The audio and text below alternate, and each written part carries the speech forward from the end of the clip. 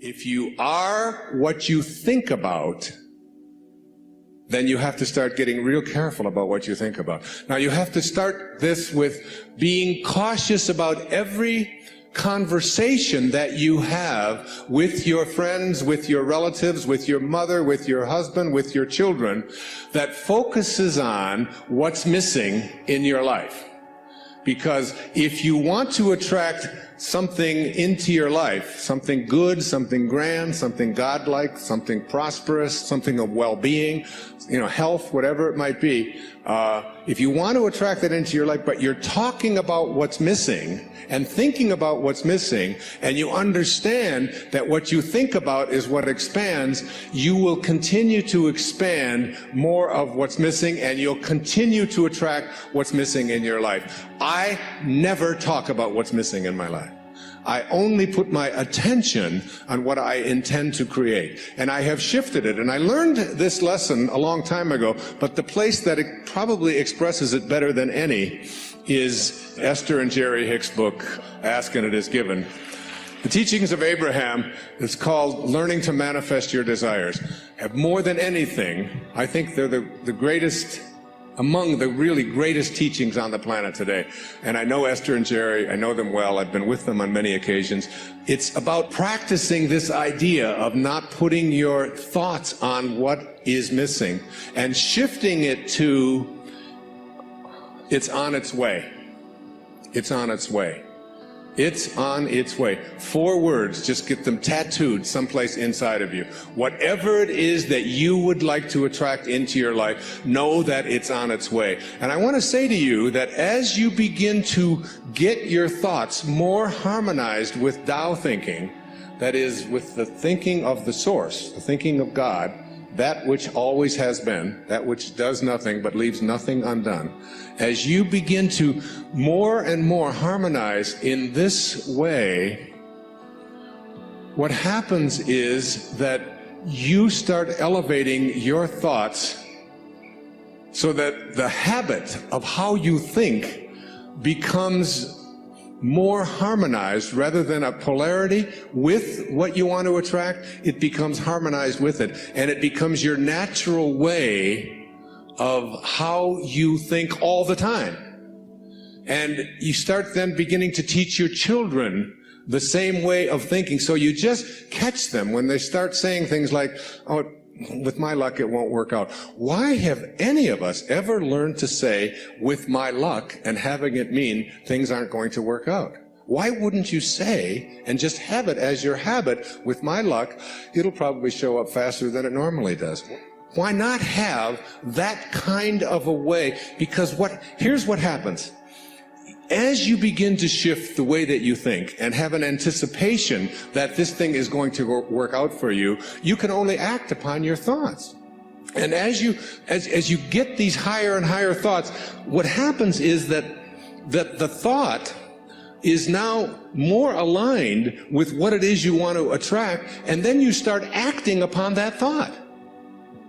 And as you start acting upon the thought that it will work out, that it's probably on its way, you start to see how this whole system all works. In other words, call it the universe, whatever you want, begins to conspire with you. It begins to act almost where you suddenly become a collaborator with fate. And instead of fate being something that just might or might not happen to you, you're in collaboration with what it is that you want to attract. I mean, ask any physician, there's physicians here today, ask them about something called the will to live. Ask them about somebody who's going in for a corneal transplant and thinks that I'm going to see when this thing is done, rather than someone who thinks it probably won't work out. And which one would they rather work with? What is this thing called the will to live? What is this thing, this inner kind of thing that says, I refuse to allow myself to think? I say to my mother, who's 90 years old, almost 91 years old. I was with her for the last 5 days, every day, all morning long with her. And she's been going through some difficulties and so on. Most of you saw her on the PBS show, if you saw The Inspiration. She has always said to me how she was going to die. She said it to me when she was 60. what her death was going to look like, when she was going to die in her sleep, and it was going to be, it was going to be a peaceful thing, and she was going to do it when she was ready. When she was ready, she would leave, and she would know when it was time. And she says, don't think it's time. I said, well, you got a hangnail there. Maybe we should just move on with it. And she said, no, I'll tell you when I'm ready. But she has always said, I will never allow Alzheimer's into my life. She's always said that is not something. She'll say things like, well, I can't remember this name quite as well as I did before, but that concept of it's just not anything that I've ever allowed myself to think is a possibility. And I said to her, well, what if you're wrong? She'll say, well, who'll know the difference? And they've done research on this, in studies on gerontology, where what does your life look like from 60 plus?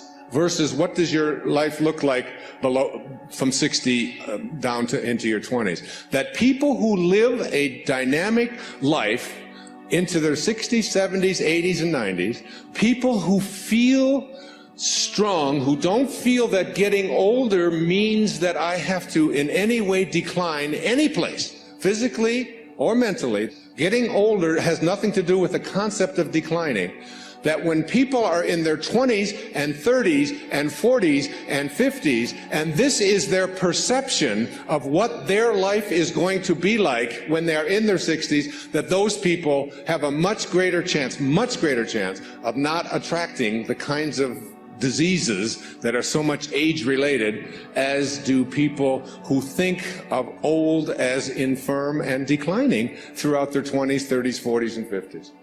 That you change the way you believe about that and you say declining is not a possibility. I don't think about what's missing. You don't put your attention on what's missing. You don't tell other people about what's missing. And you don't tell other people about what you can't do and what isn't working and how terrible the world is. And the Tao teaches so much about it was written for leaders, people in positions of power. But I've translated all of that into your own level of leadership. And the great leaders are the ones who eschew violence. You have got to get yourself to a place where you don't allow yourself to have violent thoughts come into your consciousness. That means you got to watch the movies you're watching. That means the games that your children are playing, video games, have got to be monitored and removed when they have violence built into them. It means that you don't watch the news and you don't read the stories, endlessly reaffirming what a terrible place this world is. It is not a terrible place. It's a perfect place. It's a beautiful place. There are just some leaders who are connected to Tao and others who are not. And we can create the kind of world that we want to create when enough of us begin to say, not part of my consciousness. Nope, I don't buy gossip. No, I don't buy violence. No, I don't have anything to do with that. And you just turn the channel, you turn it off. I pick up a Time magazine when I get on a flight and I go through and I say, I won't read the stories that involve killing. I won't read this. I don't need to hear any more about any more people blowing themselves up. I don't need to continue to have that as a part of my consciousness because I want to be someone who radiates out God-realized thinking. That's what I want to do. And I can't do that if I'm constantly being imbued with that. So I just go through the pages, page. And usually I say, oh, just threw away another $4.95.